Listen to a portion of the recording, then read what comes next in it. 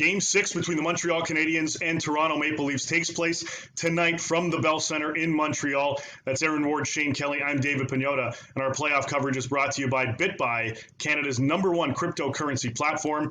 Gentlemen, another must-win for the Montreal Canadiens here in Game 6. Wardle, let's start off there. What do the Habs need to do to force this one to go in 7 on Monday?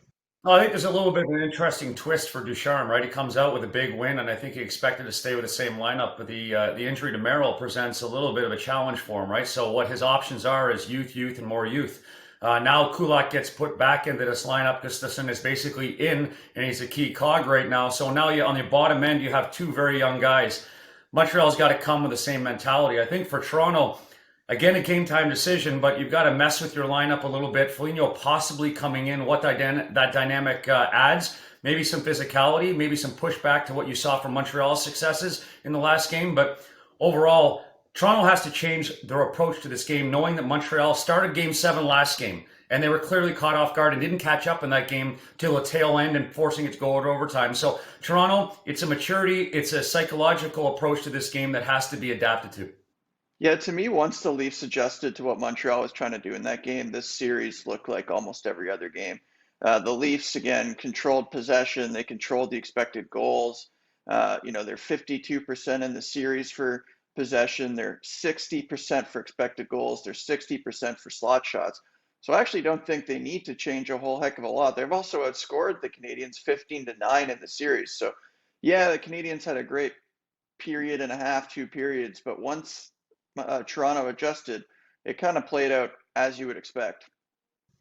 The one change that the Leafs are making in this one that we know definitively is that Rasmus Sandin is out, Travis Dermott is in. Wardle, that's an interesting decision, taking the rookie out, because there's been a lot of crying in Montreal about having their rookie on the blue line in this game.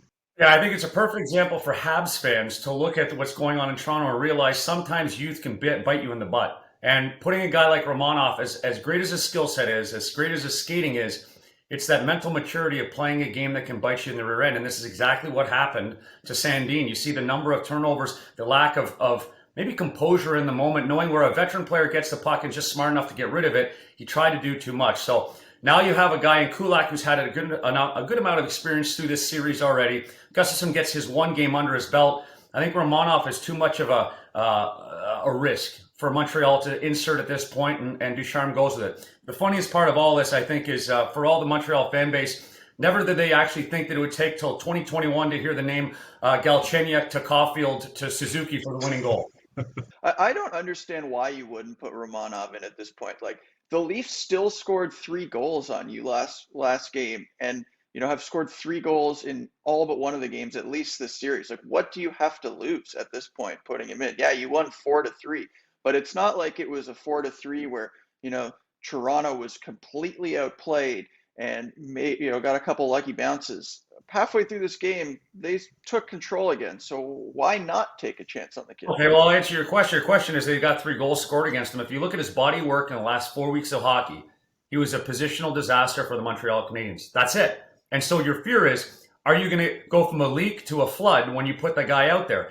It's not an indictment on what his future holds for him. It's just right now Montreal wants to win a series. They're still within reach. If you insert the guy, he's an unknown quantity, unknown entity. What's he going to do now, Game 6 into a series? Is he overwhelmed by it? Does he try to do too much, which is only natural with a young guy in moments like this? The other factor here, Shane, and you can touch on this, is that only one of the 3 goals were effectively on the rush.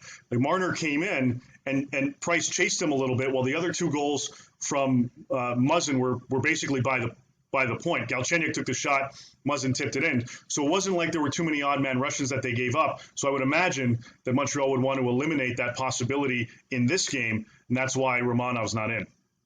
Sure, but their power play is in shambles. They can't get the puck up the ice. And if you're going to play with 2 defensemen, one of them needs to be carrying the puck in. So why not bring in the only guy, it looks like to me, aside from maybe Gustafsson, who can transport the puck? You said the 2 of the goals were kind of low probability shots. So you give up an extra rush or 2, at least you might score some goals on the power play. Well, Shane, this is the only time you're going to hear me as a defenseman saying this: play 4 forwards. Put one defenseman Yeah, defensive fine. mentality out there. And That would be again, much better. we're at a stage of what do you really have to lose in the moment? Play the 4 forwards. I saw it earlier in the game, in Game 5, that Shea Weber was actually standing at the far blue. I'm like, we're figuring it out. So now we just have to figure out what to do in zone, and everybody doesn't have to stand stagnant and pass the puck around, because clearly Toronto's got too much in terms of skill and speed to pressure the puck on the offensive zone for Montreal. So now you have to change the tactical approach to this. Well, we'll see exactly how this one pans out. As Ward mentioned, Nick Foligno, a game-time decision for the Maple Leafs. Jake Evans, as well, a game-timer for the Canadiens. We'll see if these changes happen right before puck drop. That's Shane Kelly, Aaron Ward. I'm David Pagnotta. We'll check with you after the game.